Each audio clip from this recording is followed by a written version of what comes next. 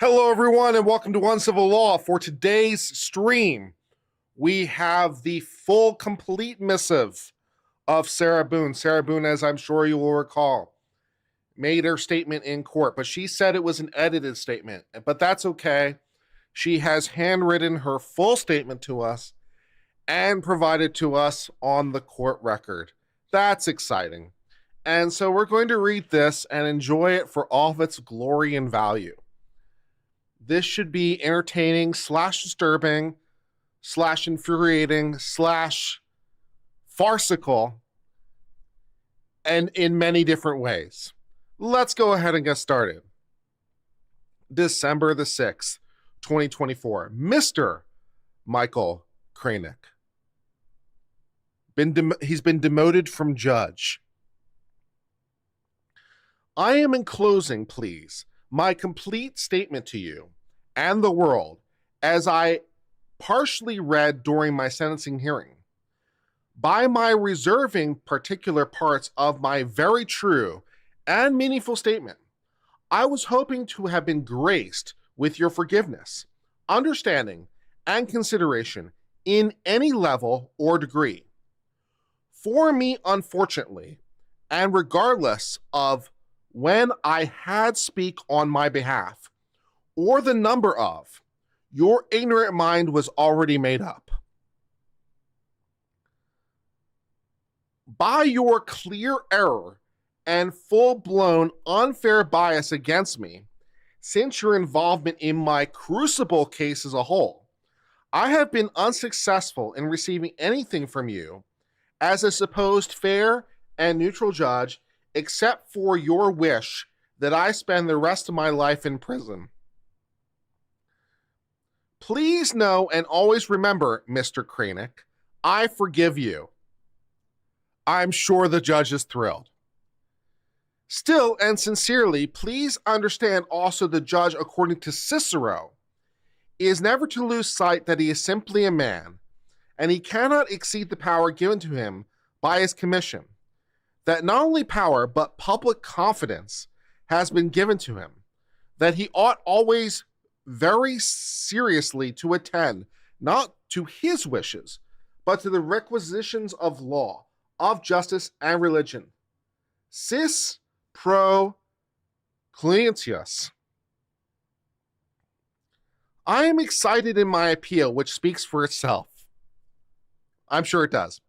My case law, as well, in which I am extremely proud to have achieved, and will continue to do so now, that I am no longer in your corrupt court and freed from your malevolent judicial grip. I am feeling the forgiveness with every passing word.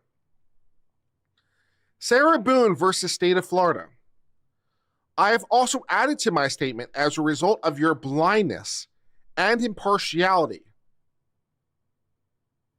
She's calling him impartial. That's the wrong thing.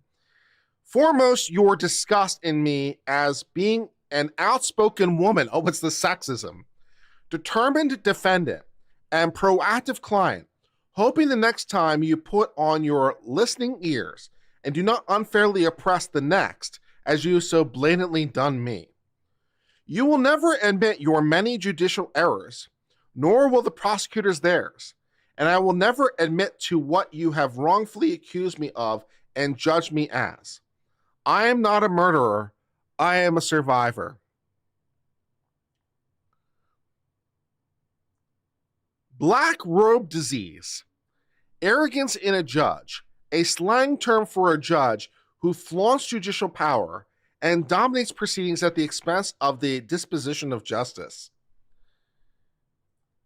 Okay, I mean, that's not exactly the way to win friends and influence people, but okay, Sarah.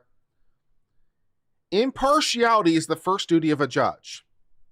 Before he gives his opinion or sits in judgment in a cause, he ought to be certain, absolute, that he has no bias for or against either of the parties. The judge went out of his way to give you and the defense team every benefit. He went out of his way for you at several points, Sarah.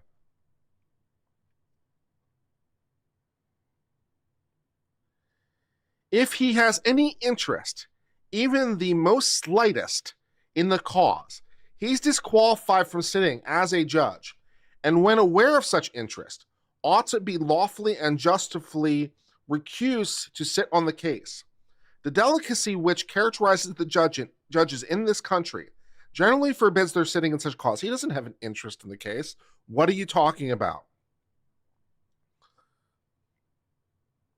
The judge must not only be impartial, but must also follow and properly enforce the law, not abuse. He is bound to declare what law is and not make it. Well, that's a little bit more complicated than that. Judge-made law is common law. And although it's, not exactly happens every day, judges sometimes do make law. Sometimes they make it up as they go along, and then we find out whether or not that was the right law or not. But yeah, sometimes judges make up law. It's part of their job. More common in antiquity than now, but it still happens. Didn't happen in your case, by the way. The judge didn't create any law for you. He just followed the laws that existed, so don't worry about it. He is bound to declare what the law is and not make it. Be an arbiter, but be not an arbiter, but be an interpreter of law. I'm not 100% sure what the difference is, but okay. It is their duty to be patient in the investigation of the case, understand circumstances and difficulties by all parties, careful in considering parts of the case in whole, and decent in judgment. From Boyer's Law Dictionary, 2012 edition.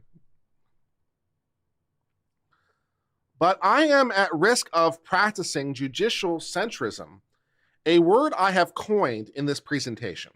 Others have called it black robe disease. Whether he was correct or not in my behavior, it is widely accepted that judicial behavior affects the jury. Murray Ritchell, The Simpson Trial, 1996. And then there is the worst of judicial ailments, the black robe disease, which is otherwise known as arrogance. Lynn Toller, A Practical Guide to Becoming an Emotional Genius, 2007. Trial judges are affirmatively charged with securing a fair trial and must intervene sua sponte, on their own initiative, to that end when necessary. Brown versus Water, Second Circuit. That duty encompasses not only the avoidance of error before it occurs, but the fair correction of error that may have occurred earlier in a proceeding. Carlisle versus United States, U.S. Supreme Court, 1996. In the instant case, the trial judge did not analyze the evidence. He added to it, dealing with more mannerisms of the accused in giving his testimony. The judge put his own experience with all the weight that could be attached to it on the scale against the accused. Kucera versus United States, U.S. Supreme Court, 1933. The judge didn't make any evidence in this case. I don't know what we're talking about. The judge didn't be like, I don't remember the judge ever saying, this is what I think, or this is some evidence, or here's what I don't remember that. I don't remember the judge adding to the evidence. I don't remember that happening. Okay, and now we get into the previous statement. Kintsukuroi. How'd she pronounce it? Kintsukuroi, I think. Kintsukuroi is a kind of Japanese ceramic style, which means to repair with gold. In this tradition, when a ceramic piece breaks, an artisan will fuse the pieces back together again using liquid gold or gold dust lacquer. So rather than being covered up, the breaks become more obvious, and a brilliant new piece of art emerges from the brokenness. It embraces flaws, weakness, and imperfection, and also teaches the essence of resilience. Every crack in a ceramic piece is part of its history, and each piece becomes more beautiful because it's become broken. This is the wisdom of kintsukuroi. Now, I'd like to take note here that I saw someone else has noted that this entire opening paragraph is just plagiarized verbatim.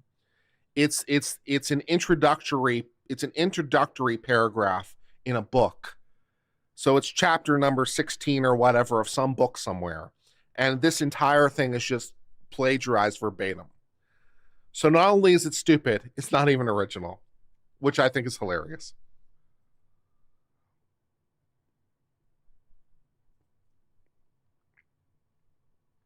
In my wisdom, and with all my repairs then, now and ongoing, God is, has been, and will always be my artisan. All my gold is forgiveness. So she is broken. She is a piece of broken pottery that has been repaired by gold. And the gold that has been used to repair her is her forgiveness. So I suppose she's repaired herself, or God has, with her own forgiveness. The metaphor is getting lost. This has held me together, made me shine brighter, and overcome the damage caused by George Torres, the Torres family, the justice system, Judge Wooten and Koenig, Orange County Corrections Department, social media, scoundrel detectives, infamy, defamation, ongoing constitutional right violations, second-degree murder, forced into being pro se.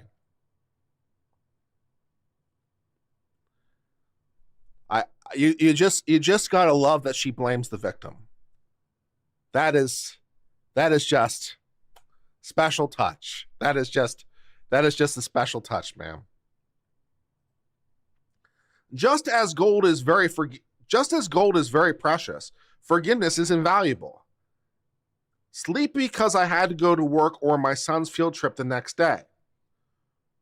For ruining my deceased family's heirlooms, traditions, and keepsakes. My son's furniture, destroying the television we watched together. For wrecking our townhome by breaking windows, punching holes in the walls and doors, ramming his entire body into glass doors, kicking in my front and back door over and over and over. For breaking or removing the locks from all the doors and sometimes the knobs altogether, so I had nowhere to feel safe, including the sacred space of my son's room where he beat me bloody on his bed. For terrorizing and threatening my blind and deaf dogs by leaving the gate open I had built to keep them safe, telling me he hoped I'd find them their bloodied, bloated, dead body in the pond, or scrap their remains off the pavement, for kicking them off the bed and then throwing them across the room because they were trying to protect me. For threatening to make me unrecognizable to my son, for breaking all the bones in my face, like his brother Moses did to him after he kept seeing all the bruises. Forgiveness is not an attempt to change or forget who, what, or how you lived your life to be so gold. Wow. But an act of grace, humility, and considerable self-compassion to be set free from sorrow. Withholding forgiveness denies your brilliance and adds even greater grief and deep heartache, irreparable cracks on top of the already that no one deserves, no matter the pain or disappointment, untruths or injustice. It doesn't matter, as the more broken you are, even though now different than before, you've become more outstanding and more extraordinary. The self-aggrandizement. The self-aggrandizement is just so comical. It is so funny. It is so funny just how self-aggrandizing and how self-worshiping this woman is. It's hard to believe it's real. We know it's real. We've seen it. But she's basically a caricature made real. It is farcical. She is a character out of a play made real. How does anyone think like this? How does anyone write this?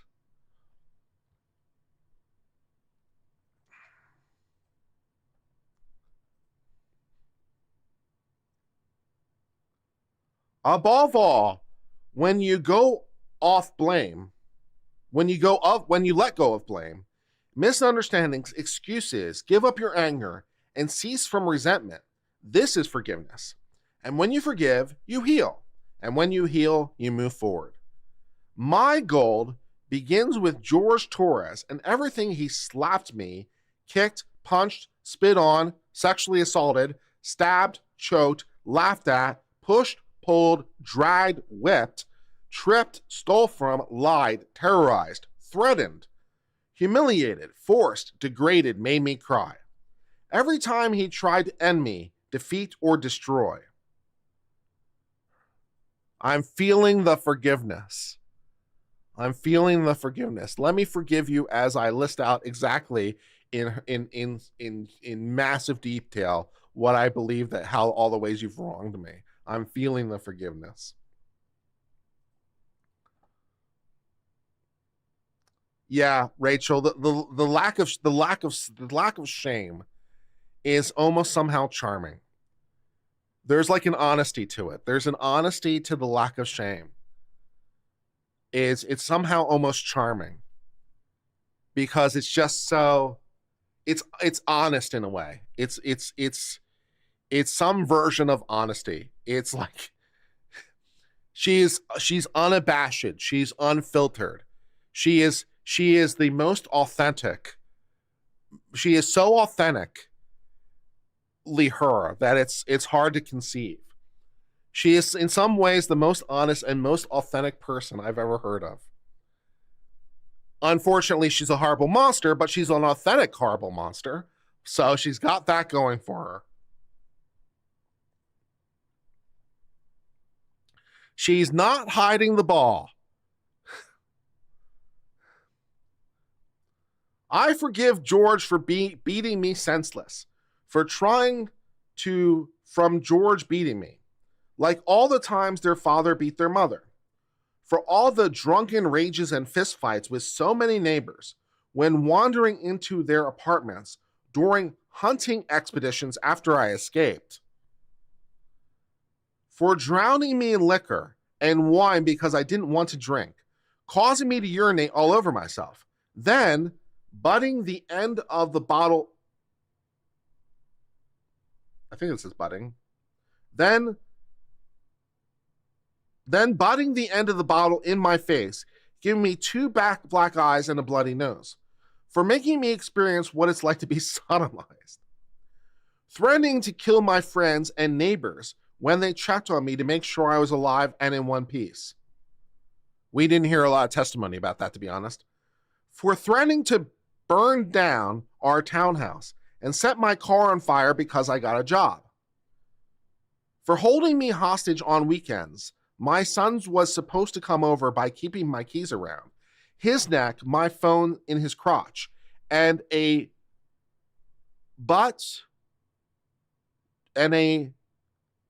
something chef knife stuck in the middle of the table as a warning not to ask anything or try to leave.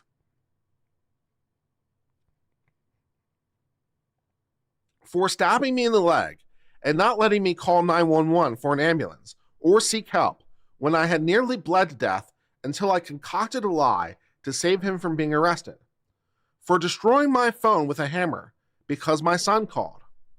For me experiencing ever being arrested, and after today, prison. For beating me almost blind, crushing my occipital lobe. Again, facts not in evidence. For having me experience what it means to see stars, like in the cartoons, where a character has a tall lump on their head. I had that too, many times. Dragging me downstairs by my hair in the middle of the night, just to sit next to him. For taking my car, driving drunk, with my debit card, to buy more alcohol while I slept, even after I kindly explained the importance of my car. To take my son to school, foremost, me to work, and he and his batterers, intervention classes, and probation officer meetings, where I'd be forced to sit for hours in the parking lot waiting for him. For causing me so much trauma and pain mentally, physically, emotionally, I had to be hospitalized more than once. For destroying my reputation and integrity. For my M for murderer scarlet letter, not letting me feel safe to live, talk to other people, spend time with my son, have a job, friendships, simply go to the bathroom with the door closed, or to sleep soundly or comfortably. I forgive George for lying, for him trying so many times to end me with his terrifying love. I also forgive the Torres family, his mother and father. Mike Middleton for 279 says, hear me out, I can fix her, hashtag Bay. Good luck, Mike. I also forgive the Torres family. Forgiving the family of the victim is, again, one hell of a move. That's one hell of a move. Forgiving the victim, and then you take that extra step to forgive the victim's family. That's a nice touch. I also forgive the Torres family. Thank you, $1.99 from Flesher Boy, but she's a victim of her own delusions. Yeah. I also forgive the Torres family, his mother and father foremost, also his 2 ex-wives and daughters, for all knowing who George was, capable of, and has done in the past, his history of violence and where he learned it, then keep turning a blind eye when I would ask for help. All his siblings, including Farrell Torres, who was now on his way to prison for stabbing the mother of their baby in the side of her head. For everyone who know what George was doing to me, sometimes, how and when, but allowed and enabled. I forgive them for caring too late. I hope they all ask themselves, while quiet and comfortable in the bed at night, the uneasy question. What could I have done to stop this from happening? To both of them. And after all the time Sarah tried to, by asking for help, from all of us, and so many times. Another great contributor of my gold. She really loves this metaphor, man. She is all in on the Japanese Paidoroi metaphor, I'll tell you what. Another great contributor of my gold is social media, with its greed, insensitivity, deception, obvious exploitation, and an advantageous gain from my animal care as a whole, and for sentencing me by anticipation as a result of ignorance, and have conjured and fabricated by the organized crime that is social media. I'm part of organized crime. I'm not sure whether I'm a foot soldier or a captain or an underboss. Am I consigliere? Maybe I'm that. I'm not sure if I'm the Don. I'm not sure what my role in the social media mafia is. But, I'm going to make you an offer. I can't refuse.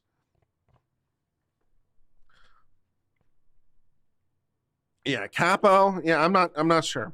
Which condemned me in the court of global public opinion since the beginning.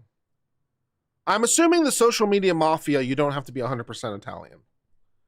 Can you be a made man despite? Yeah, this is the best mafia. This is the best mafia because this mafia is multicultural. So you don't have to have pure bloodlines to become elevated in this mafia. You can be a member of any race or background and still elevate it. It's an equal opportunity mafia. Yeah, that's good news. My family's law case is the new prey, waiting to be picked apart and pillaged from me being made in family by social media in my criminal case. It simply seems I can't forgive and be forgiven and move forward. Well, you can forgive, I guess, although you're sucking at doing it, but be forgiven. No, you can't impose on other people. Social media has made me a pariah. It has caused great oppression and undeniably disadvantage, especially by broadcasting and manipulating my cases online.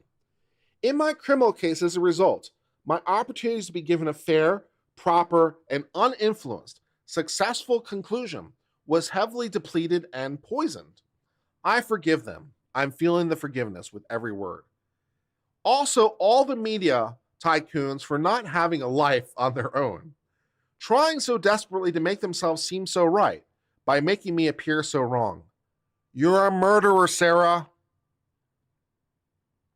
Forgiveness for prejudgment, ridiculous theatrics, lies, making and taking blood money from all my and others' misfortunes. We do learn from the misfortunes of others, Sarah. It is our tagline. It is our tagline. That is what we do. We learn from the misfortunes of others. That's what we do over here on Uncivil Law. And we are learning oh so many things from your misfortunes, Sarah. Accidents and catastrophes. It's all on their heads and keyboards. Nice. And even after all that's been said and done, theorized, hypothesized, scrutinized, and blasphemed in my case, still no one knows me. Well, I don't want to know you any more than I already do, Sarah. I feel like I know you well enough. I'm good. I don't know. I feel good, Sarah. I feel like I got it down. I feel like I understand the Sarah Boone story enough to my satisfaction. Thank you. I don't need to know more things. My gold also runs deep for my prior attorneys.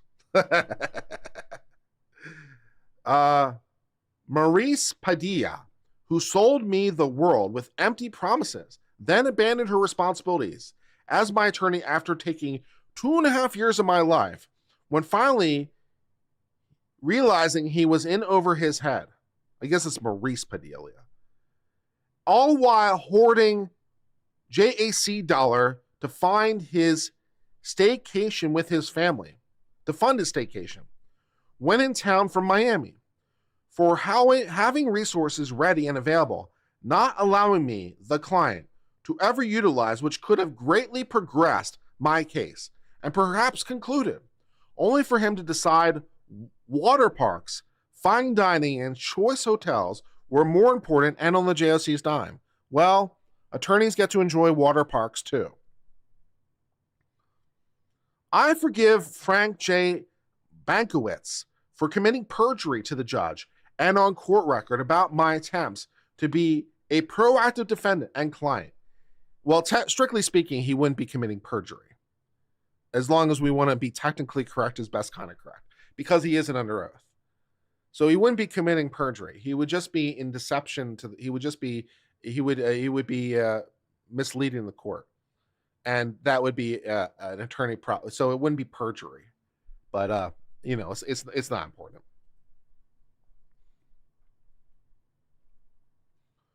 Inquiring about my discover, then trying to communicate with no answers or correspondence, any manner for a full year and 2 months before I was able to finally meet with him in the courtroom, only to receive his motion to withdraw. Frank J. Bankowitz is forgiven for his greed in taking $15,000, which doesn't sound like anywhere near enough money, for a year and 2 months, and he got paid $15,000? This is a bad deal, man. This is a bad deal. $15,000 for this client for a year and 2 months, man? And you're accusing him of exploiting things? Holy shit. For taking $15,000 from JAC, who honorably aided indigent defense as myself, for taking advantage of and robbing the justice system by lying and avoiding clients, taking their money and the JAC's. Winston E. Hobson receives my forgiveness, who also unethically perjured himself, wasn't perjury, to the judge on court record about all the progress and attorney's work he did in my case. For 2 months, he was court appointed as for allegations of my supposed unethical requests, which meant me asking about my discovery and trying to have him file a motion for my lawful inclusion to my pretrial conferences under FRCP discovery.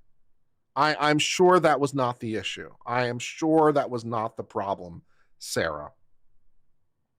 Rule 3.22001.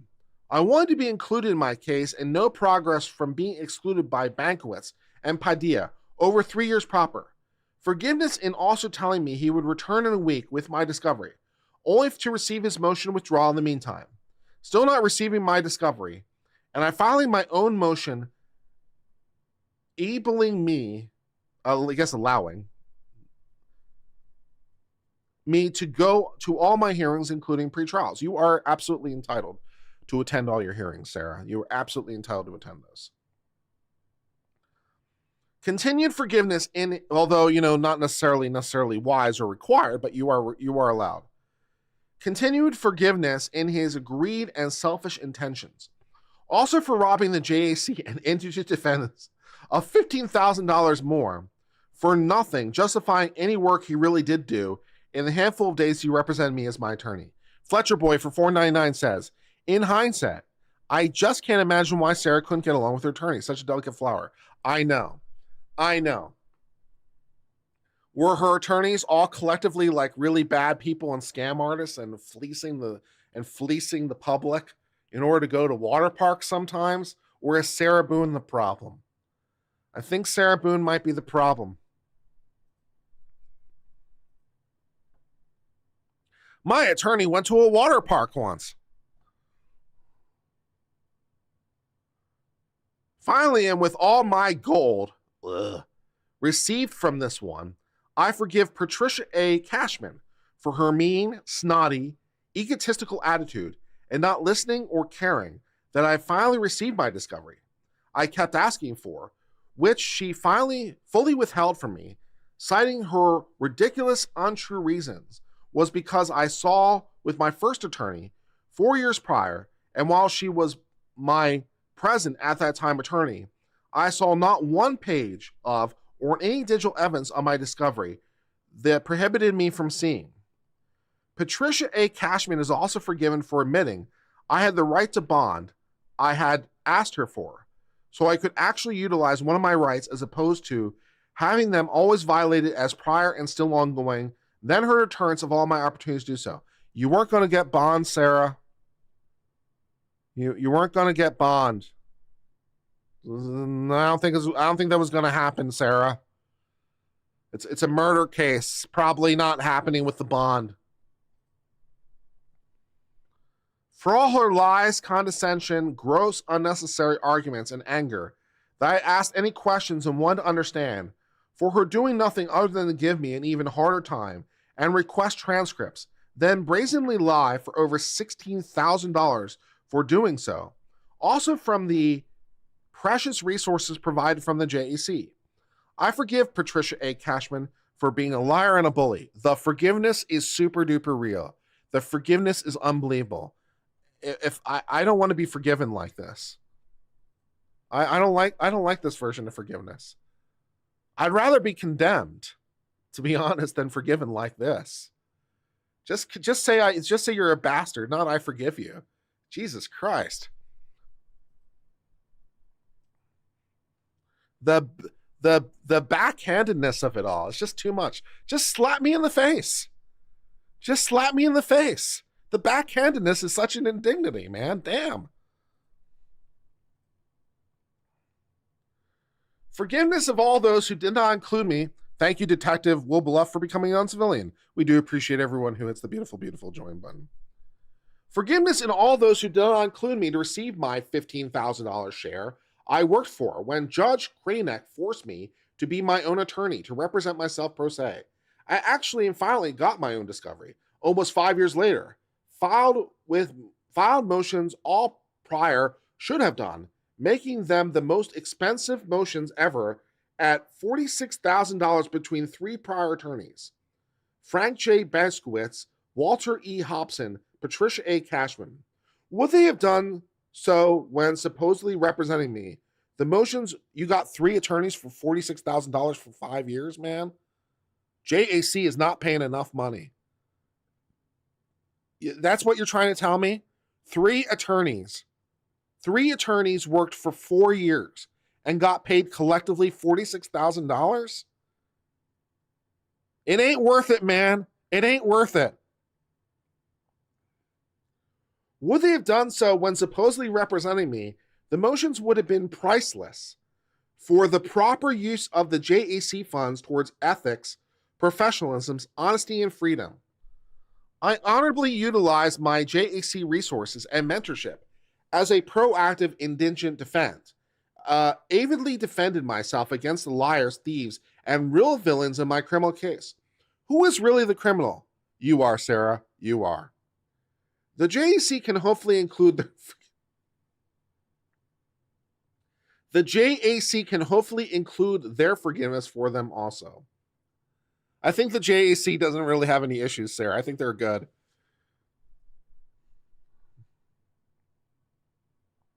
This is great. This is great. There is somehow, some way, it's like it becomes so absurd. It's farcical, basically. That's basically my whole thing, right? If people wonder why I find this so amusing or so funny, it's because it's hard for me not to just view this as just straight farce. It is so over the top. It is so blatant. It is so in your face. It is so unreserved that it's like, it makes me smile. Sarah Boone does have one thing going for her as a woman. There have been very few women that I've known who always make me smile. And Sarah Boone, you make me smile every time. It's because it's absurdity. It's because it's farce. It's because it's crazy. But Sarah, you make me smile every single time, grinning ear to ear, baby. This is so amazing. This is so amazing. The ego is so massive. It's like, wow. It's just a thing.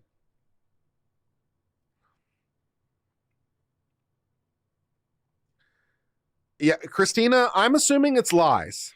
I'm not assuming that anything she's saying is true. And to the extent it is true, that's because her lawyers had it, and she doesn't necessarily need to have everything. It's like, because the lawyers need to have everything. So I'm assuming that the lawyers were making their decisions as they do, because they represent her, right? So it's like, So first of all, I don't think it's true. Second of all, even if it was true, I wouldn't care. Anyways, I'm sure her lawyers were doing their best. Judge Wooten and Cranick. Well, now she at least refers to Cranick as judge again. That's nice. I have great forgiveness for also in not protecting me, in listening to my valid request for judicial intervention, so I could properly and fairly defend myself against my charges. Instead, I had to defend myself against the attorneys, all pointed by the judge and court, against their lies and exaggerations, reasons unjustifiable, while they were really creeping away from the battlefield and abandoning their professional duties as an attorney. I can't imagine why they wanted to creep away. Can't imagine it.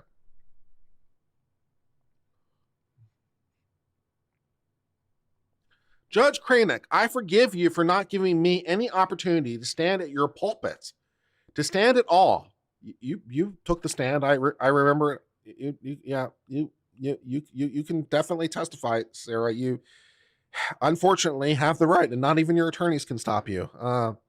Judge Cranick, I forgive you for not giving me any opportunity to stand at your pulpit, to stand at all, to explain the real truthful side of the story. I mean, you kind of did. I remember it happening. I believe if the justice system, including yourself, would and should have done any vital homework on the almost see-through attorneys from being spread so thin, and simply sending an email to care about their present workload, number of clients, trial schedules already in place before throwing another inmate defendant, unknowing client on the heaping, unimportant pile of warm bodies, more taxpayer dollars could have been conserved and less time consumed and wasted for everyone, regardless of what part they play in the supposed system of justice. My forgiveness, you keep using that word, I don't think it means what you think it means. This is definitely an interesting Christmas gift, Kestrel, I'll give you that.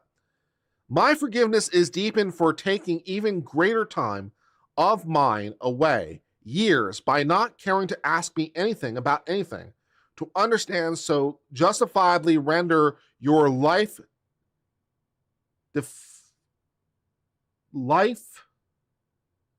dealing judgments and withhold any more bias and prejudice. Foremost, Judge Cranick, aka the cat layer, says, does the docket for this case keep updating through appeals, or does the docket stop being updated at a certain point? I don't know the formal answer to that question.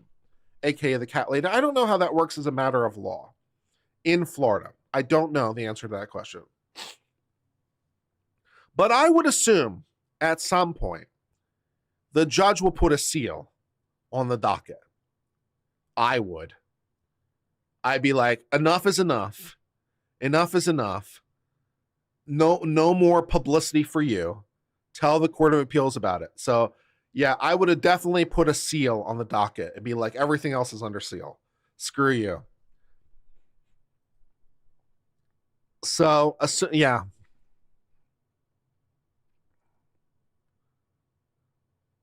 Foremost, Judge Cranick, I forgive you for kicking me when I was down and choking the life out of my constitutional amendments, most profoundly my sixth right to counsel, as a result of my wholehearted use of my first right to free speech in being my own advocate since no one else would be and received a paycheck for. In all my free speech, experience-driven letters, only for remedy, in any collaboration, inclusion, receiving my discovery as an inmate, defendant, and client, not removal of my attorneys for to cause more delays, or any reason or excuse you may have to try to force on me and have already inappropriately accused me of doing prior with your heavily insinuated strategies of mine to try and deflect the glaring red flags, disappointments, and true crime in and of the justice system. To this day and forward, I do not forfeit my rights, any of them, ever, especially my right to be bold, outspoken, and right in my life experience with the legal and judicial systems. You weren't there, Judge Cranick, in anything. No meetings, phone calls, visits, and still took my rights and oppressed harder. What?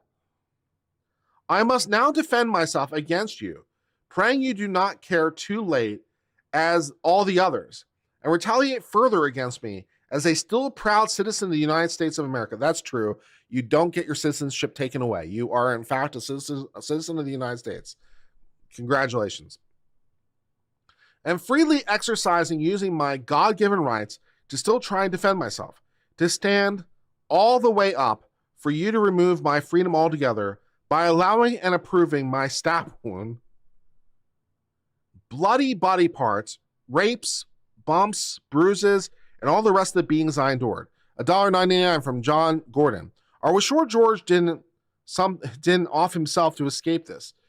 Fair point, man. Fair point.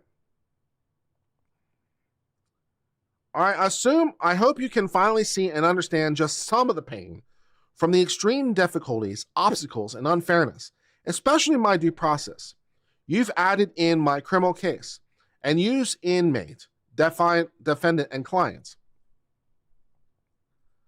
All is forgiven. I am once again not feeling the forgiveness. I really am not. For detectives, Cospel and Lowen, I forgive their demonization, lies, blacklisting, coercion, law-breaking, solicitation of my case before I even arrive at corrections department to be booked and fingerprinted. What does she mean by solicitation in this sentence? What does she mean by soliciting? What does she mean by the detective solicited her case? Does she know what she means? I don't know.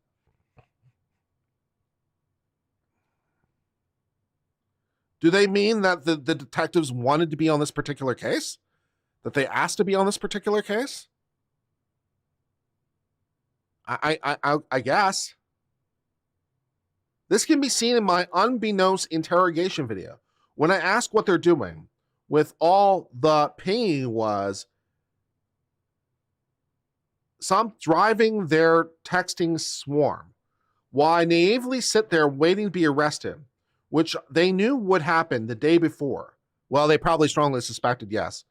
For Cospel for bald-faced lying on the stand to the judge and court on record. She didn't tell me to come into the station to pick up my phone. Why else would I go? I knew about the surprise interrogation. I didn't even know about the surprise interrogation. Well, no, you didn't. That's why it's a surprise. But they read you your rights, which incidentally, I don't think they had to do. But they did. They did read you your rights. They read you Miranda, and then you bitched about it for a while because they didn't read this thing that isn't in Miranda. They didn't say "Oh, understanding your rights. Do you want to talk to me?" Which isn't a part of Miranda. It was just part of the thing that the sheriff's office put in there, but they didn't read that part. But it's not part of Miranda. But they did read you Miranda. I don't even think they had to. The state incidentally conceded the issue. The state conceded the issue and said that they had to read Miranda, but I don't think they did. Miranda only applies if there's custodial interrogation. She came down there voluntarily, perhaps being tricked, but it was voluntary, and she could have left at any time, or at least I would have thought so. Now they may wind up arresting her when she tries to leave, right? Because it may be the idea that we're going to arrest you. We're not going to tell you that part. We're going to bring you in voluntarily to talk to us. If you try to leave, then we'll arrest you. But she wasn't under arrest, I don't think. So I don't think she had to be read Miranda, but she was read Miranda, and so she kept talking anyway. So she got more than she was entitled to, man.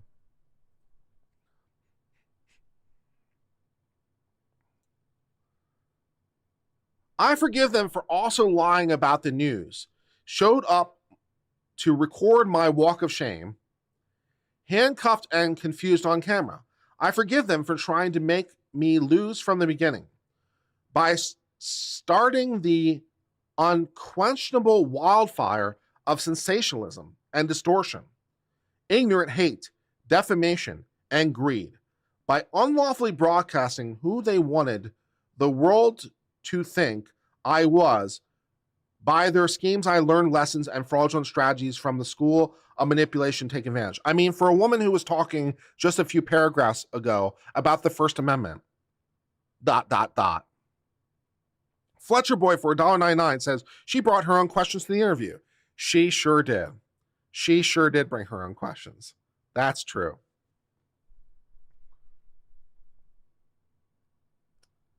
Note to self, or note to you. Note to you, if the police ask you to come down to the station, you may not want to go.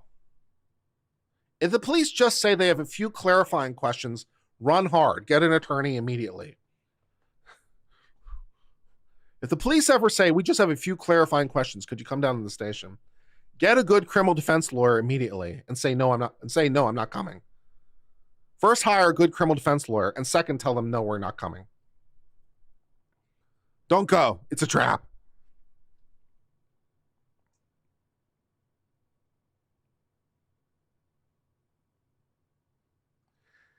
How much do they make off me and still are calling it in? Then removing the curtain to expose their personally twisted, murdering monster. Yeah. Also, my forgiveness, again, there's that word. I don't think it means what you think it means.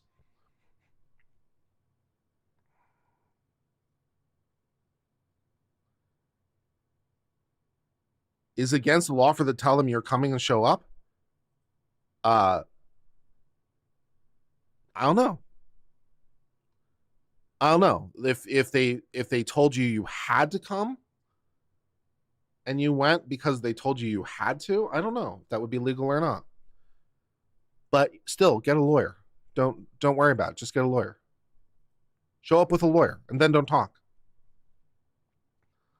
Also, my forgiveness in greater gold comes from wondering why nothing visible in my defense was taken from my townhome, aka the crime scene, to aid in my truth, such as the butcher knife, 5-pronged garden claw, or hammer under the table together outside where George had easy access for use if I tried to leave or call for help while being held against my will during his rageful binges, or my bloody pillowcase stained from me being backhanded because I hid the magnum-sized bottle of vodka from him.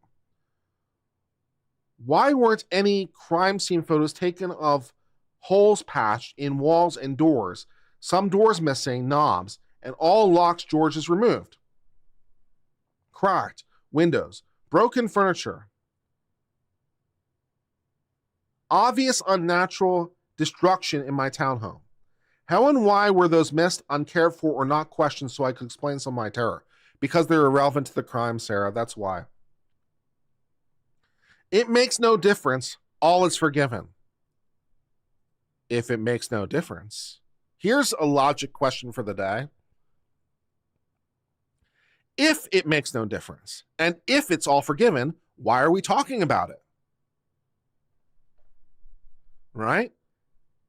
If it makes no difference, that means it's irrelevant.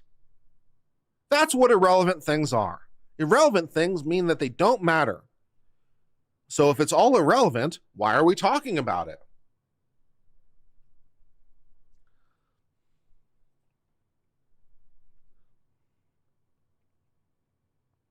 Prosecutors Mr. J and Mr. Cacciatore, my forgiveness is also extended for your inappropriate attributed motives, for having gone through years of my pictures, videos, texts to erroneously piece together your deceitful, damning version of what really happened to who I am. That's kind of what prosecutors do.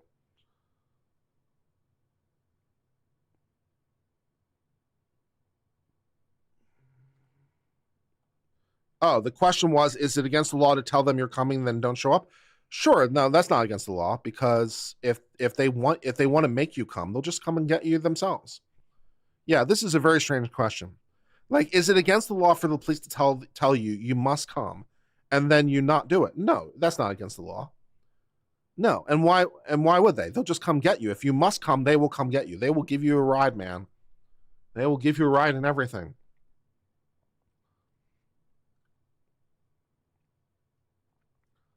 I forgive your antics, theatrics, ludicrous comments to make sure the world got their money's worth while watching with ignorant pitchforks and blaring torches, hoping for the best from you, which is my worst.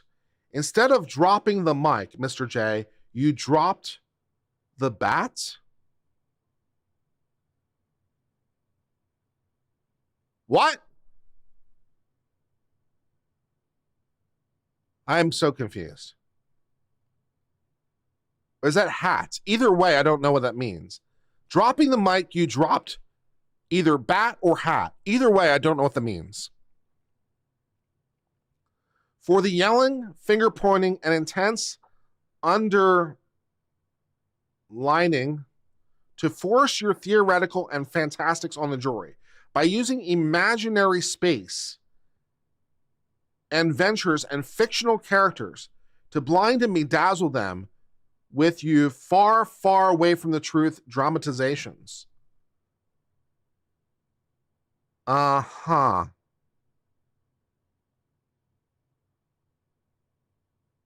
You think that says ball? I think she meant drop the ball.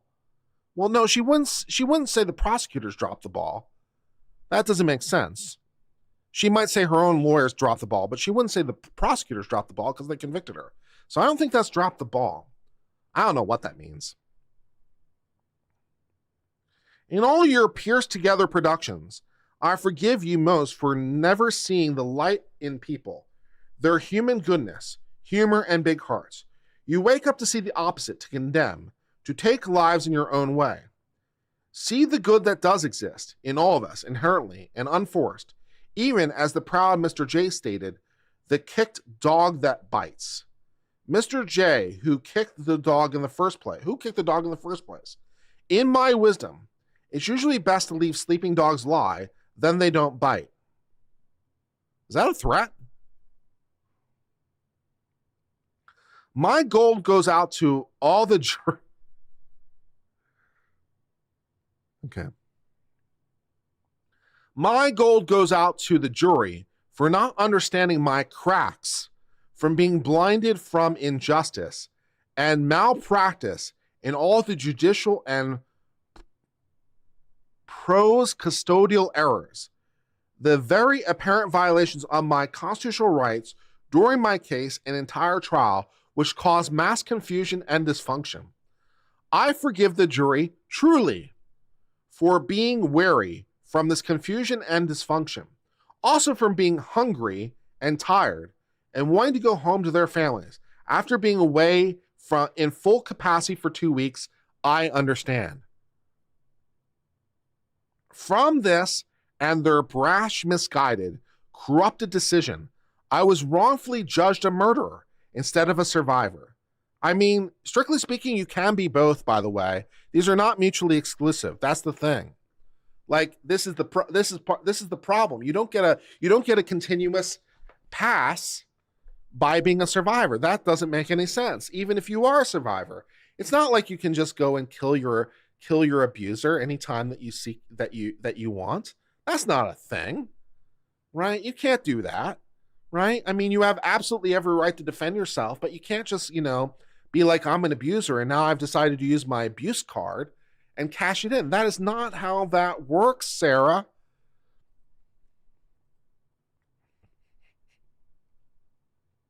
Also, I don't particularly believe that you're a survivor, to be honest. I don't particularly believe that.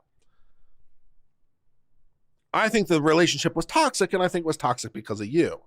So at best, I think you got some of your own residual toxin. I think you got some of the toxin you were spewing back in your face and be like, I don't like this toxin very much.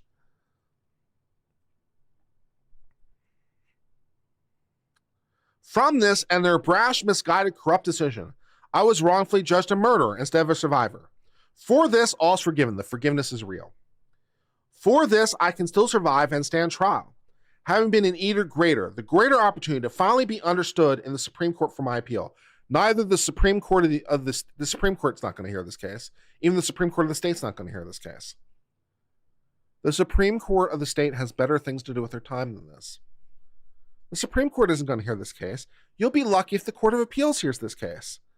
I mean, they kind of have to, but they're going to do it summarily, right? I mean, they have to hear your case, but they don't have to consider bullshit. So you'll be lucky if you get more than one paragraph from the Court of Appeals. Maybe a page or two, if you're really good. But you're not going to get anything from the Court of Appeals, and the Supreme Court surely isn't taking this case. Why would they? They can't be bothered with this bullshit. I didn't lose. God just wanted me to win in a different way. Freedom in forgiveness with a little heart. I feel the heart. In the end, I forgive myself for not choosing my life sooner, for not being more brave, vigilant, bolder, and outspoken, stronger mentally, physically, emotionally, spiritually.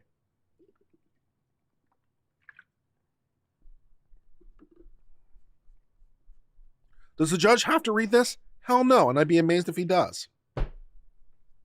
I'd be amazed if he does. For being helpless, desperate, simple-minded, weak, and inexperienced, I forgive myself for not realizing what I was enduring. A life of domestic violence, and that the vicious cycle of never ends. I had nothing to compare to. I had never been hit by a man ever before in my life. I was raised hitting a woman was wrong and should never happen, no excuse. I forgive myself for not escaping permanently, for not fighting back sooner, to save myself, my son, my dogs, home and car, having 20/20 hindsight. Something of everything. I could have done differently or better to avoid the outcome. I think about this every day since. Also, all the good days we had together, for him at least, when I was constantly in hyperdrive, high alert and paranoid, making sure that I did everything right all the time. I knew if not, the great possibility I would be ended, as George threatened me so many times before. I forgive myself for falling in love with a monster. Well, she did fall in love with herself, that much is true. And no matter how grotesque he may become, I still loved, hoped, and forgave. I tried breaking the spell so he wouldn't be a monster anymore. I saw who he was inside. George made me then, now, and always love him, for all of his cracks also. We made each other our own brilliant pieces of art from cracks and repairs. Unfortunately, not all cracks can be. Pretty sure you meant repaired there, but who am I to correct your writing? Can this letter hurt Sarah's chances of getting an appeal? No, it will not hurt her chances of getting an appeal. What will hurt her chances of appeal is that she basically has no grounds of appeal. You have a right to an appeal, but you got to be able to appeal on something, man. You know, you got to be able to appeal on something. And her court-appointed lawyers aren't going to give up. I would imagine, you know, because they can't find anything. So, you know, in all my forgiveness, George is my greatest lesson and will forever be part of me. I think of him every day and still speak to him when alone on the rec yard. I ask his forgiveness and that he looks for me at the gates of heaven so that I can tell him how sorry I am endlessly and that I never stopped loving him in all of it and still. When I first came to jail, I put my mat under my bed and cried all day and all night for months, only falling asleep from being so exhausted with grief. I wrote him letters. I wrote his family and his daughter apologizing and asking for forgiveness. But due to fear that my life or sons would be jeopardized, I did not send. What fear? That doesn't even make sense. Again, I'm sorry. I cannot begin to fathom any of their grief and sadness. Forgive me. No, that's okay. I'm good. Almost everything reminds me of him. Seeing my stab wounds every day especially. It truly reminds me of all I really did live through. George haunts me. He is everywhere.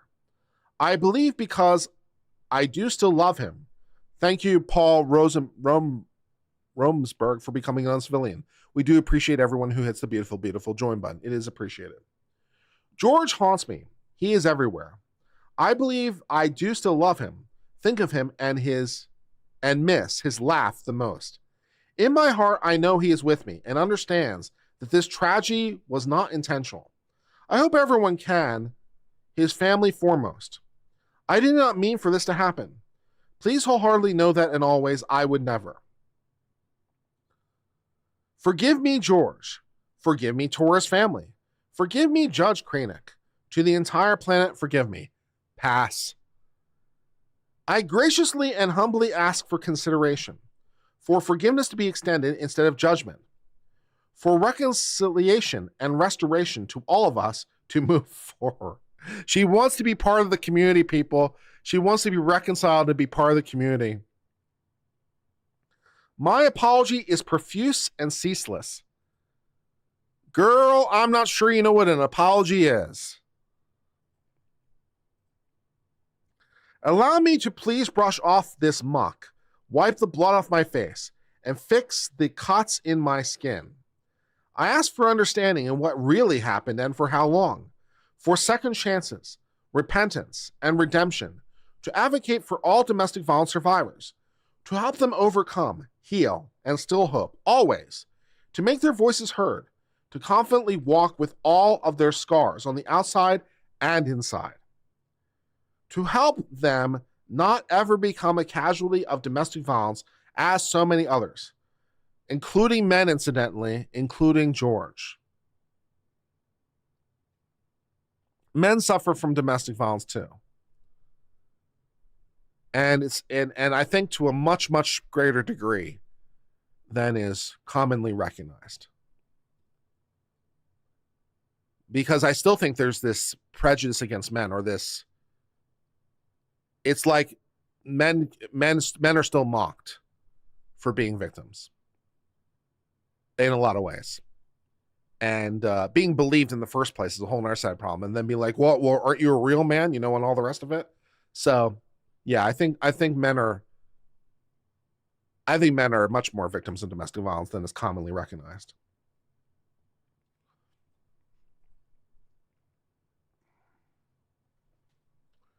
To help them not ever become a casualty of domestic violence as so many others. To stop the abuse and maltreatment before it's too late. There's always hope. You can survive. In my soft-spoken conclusion, I asked this. Soft-spoken is not exactly the wording I would choose. I mean, I don't think that's the right descriptor.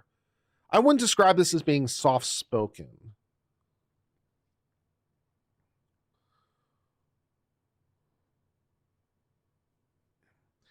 Would I be the darling mother, celebrated woman of the year if I who had died? How many daughters, mothers, sisters, aunts, grandmothers, nieces, and friends have been because they did. I am a survivor. Learn to do good. Seek justice. Rebuke the oppressor. Defend the fatherless. Plead for the widow. Isaiah 1:17. All encompassing, protect the abused. Sarah Boone, December the 2nd of 2024. Well,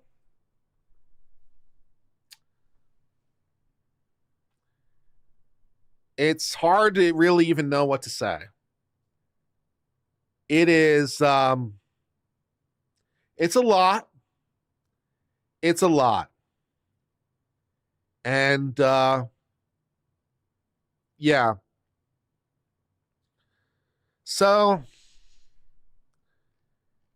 I don't think there's, I can't remember a statement that's been anywhere like that, to be honest. I can't remember any statement that's ever been like that.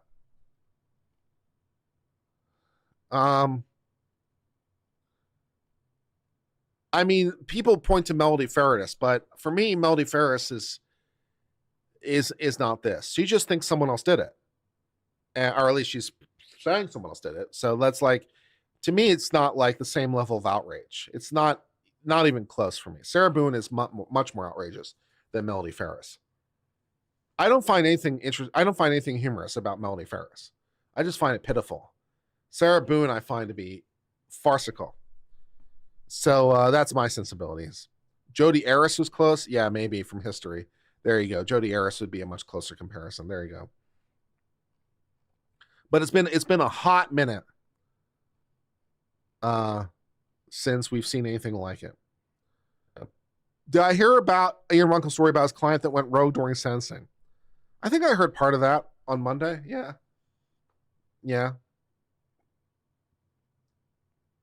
Jodi Arias is a much better comparison to Sarah Boone. Jodi Arias is a much better comparison than Melody Ferris. Yeah. It is arrogance and entitled on a level that but it's not self-aware. So she's not self-aware.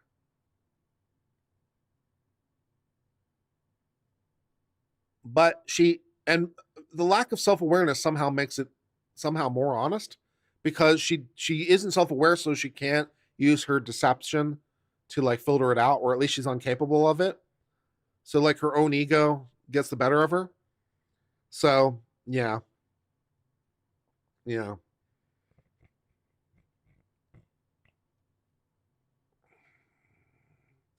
It's just a lot. And I would imagine at some point, assuming it's possible under Florida law, because Florida is the Sunshine State, but I imagine it's possible. I'd imagine at some point the judge is going to be like, yeah, I'm just sealing the docket for anything going forward, because this is just bullshit. And we don't need her using the court docket as a means of publicity. She's a histrionic narcissist. Yeah, she's definitely that. She's definitely a histrionic narcissist. Yeah. She's a caricature, though. She's a caricature. You know? She's not real.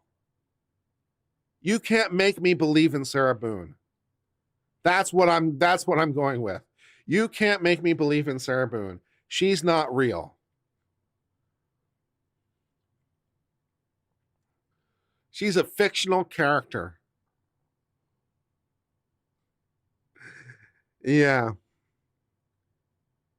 She's like a very small child. In some ways, she very much is. Yeah. In some ways, she very much is. But have I seen an interrogation where the defense attorney screams at a client to confess? I have not. That seems like a very bad defense attorney. If the defense attorney is screaming at their client to confess, that seems like a very bad defense attorney, unless there's like some other rationale in there that makes sense, but that doesn't make sense to me. Yeah.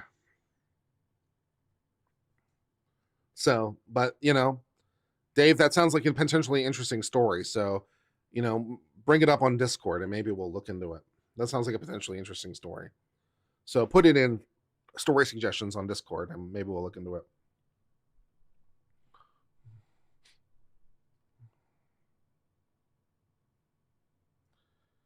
Oh, someone posted the entire Sarah Boone Nickelodeon game show when she was on a game show. Oh. Do I want to watch this? It's only 6 minutes. It's only 6 minutes. All right, we'll watch this 6 minutes worth of glory. Let's meet the video jacks on today's show, starting off with the red team. All right, let's watch this 6 minutes worth of glory.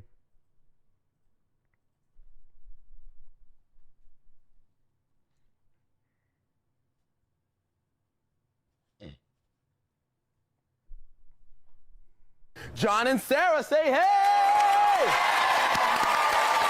Now let's see, John, on the baseball cards. Yes. Gosh, how many do you have in your collection? I don't know, about 200. About 200. And how long did it take you to accumulate a collection that size? About 3 years. About 3 years. Wow.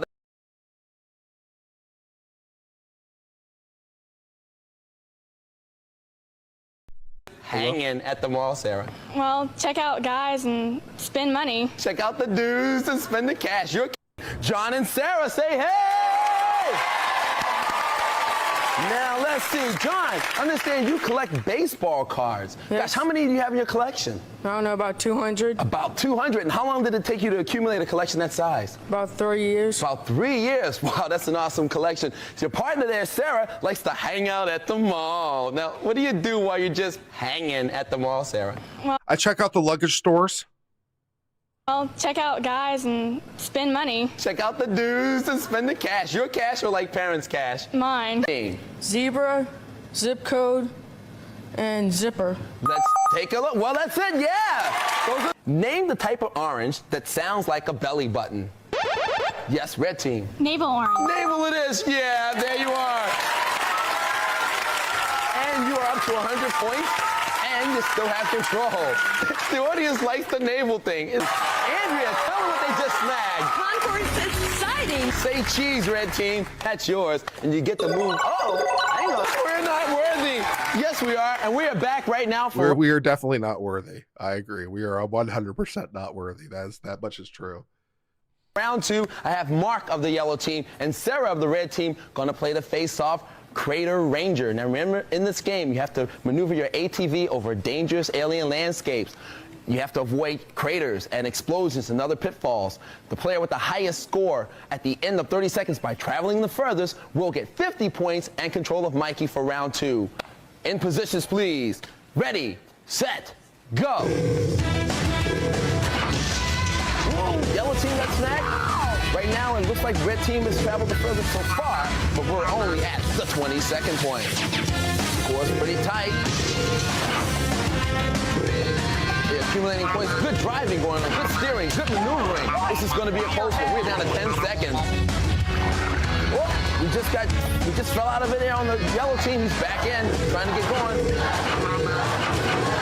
And at the end, it is going to be the red team pulling it off. All right, here they go. Let's play some more games. Yeah. All right, Sarah, you steered yourself there to the face-off victory. But hang on, let's find out where Mikey's steering this time. Andrea, tell us where he's going in round two. In round two, Phil, Mikey's setting out from the village to the angry volcano Mount Blow a Fuse. But watch your footing because the witch doctor is out in that underbrush somewhere. Explore your way past the goal and you'll get 100 points. Take it, Phil. Oh. Thank you, Andrea. Now, remember, gang, the 4 P's are still up there. Points, puzzles, pop quizzes, and prizes. The witch doctor is waiting for you. Try to avoid and penitentiary. Don't forget that P. Penitentiary is up there. That's an important one. Now, all questions in round two are worth 50 points. That's right, they're doubled. And the team with the highest score at the end of this round will be going into the video zone to face today's game wizard. Now, red team, you pulled off the face-off and you're up to 200 points and you get to move Mikey first in round two. What direction? Left. Mikey's starting off left. The Big V video challenge, yeah. Starting off video challenge round 2. What are we going to do? Play some games.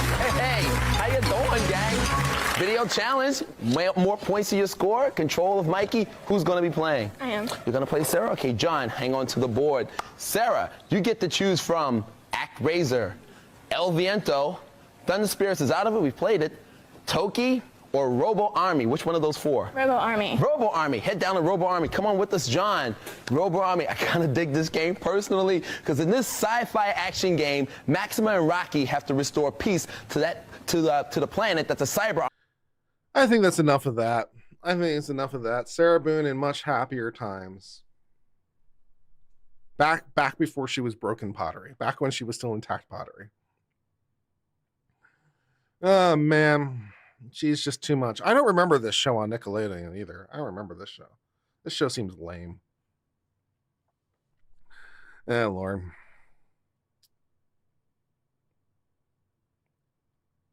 Will I do Crumbly today? I don't know if I'll do Crumbly today. I might wait till tomorrow to do Crumbly.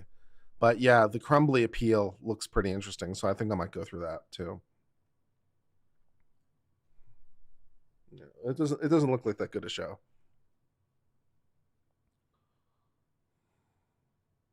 Is there a Crumbly update? No, they're just working on their appeal, and we're going to go through their appellate document because it looked like there was some interesting stuff there. So we're just going to go through their appeal and just comment on it. That'd be fun. So, what else can we do together? I mean, we've got 700 of you here. I mean, probably should just. I don't know if there's anything left to talk about for now. We're too old to have caught this show. Oh, okay, maybe.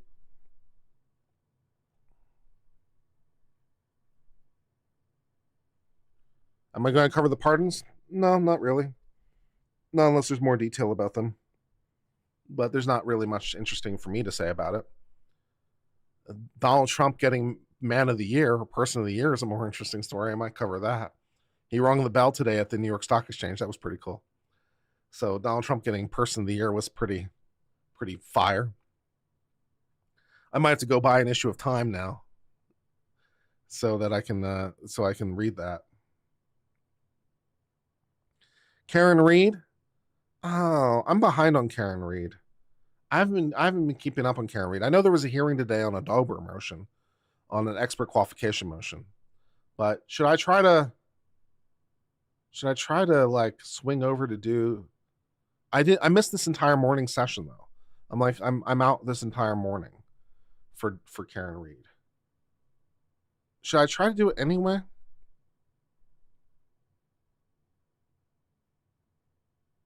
I guess I could just try to pick up from this afternoon session and do that. It's coming back at 2. So it's coming back in 10 minutes. I don't want to start it from the beginning. That's a long day.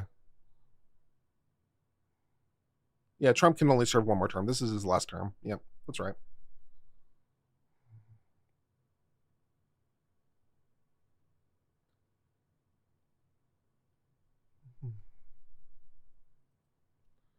You thought it was interesting? Okay. Let's take a look. I think the defense is, I think they're challenging the scope. I think the defense is challenging the scope because they want the scope to be wider.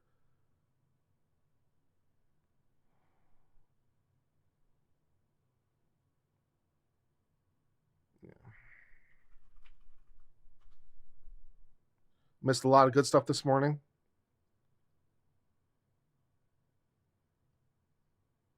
You want me to go back and redo this entire morning session?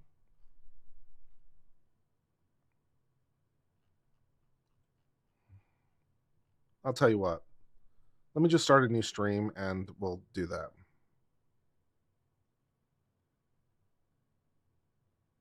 I think we'll just pick up on part 2. I think we'll just ignore this morning session. I think we'll just pick up on part 2.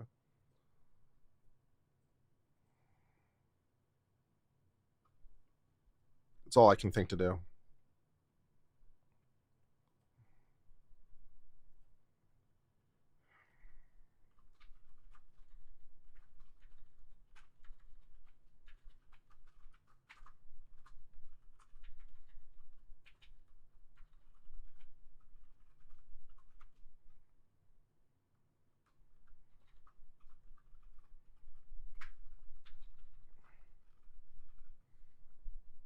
It was important. So you want me to go back to this morning and redo this entire morning?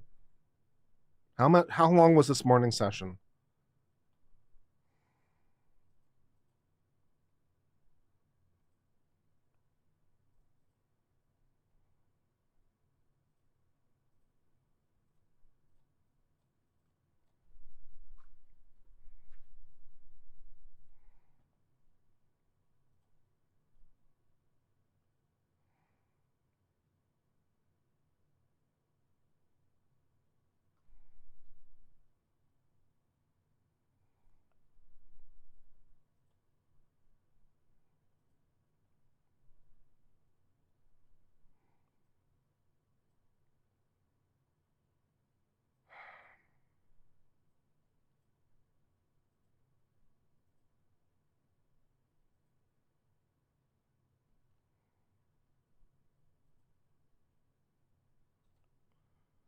All right, I'll see you over there in just a second.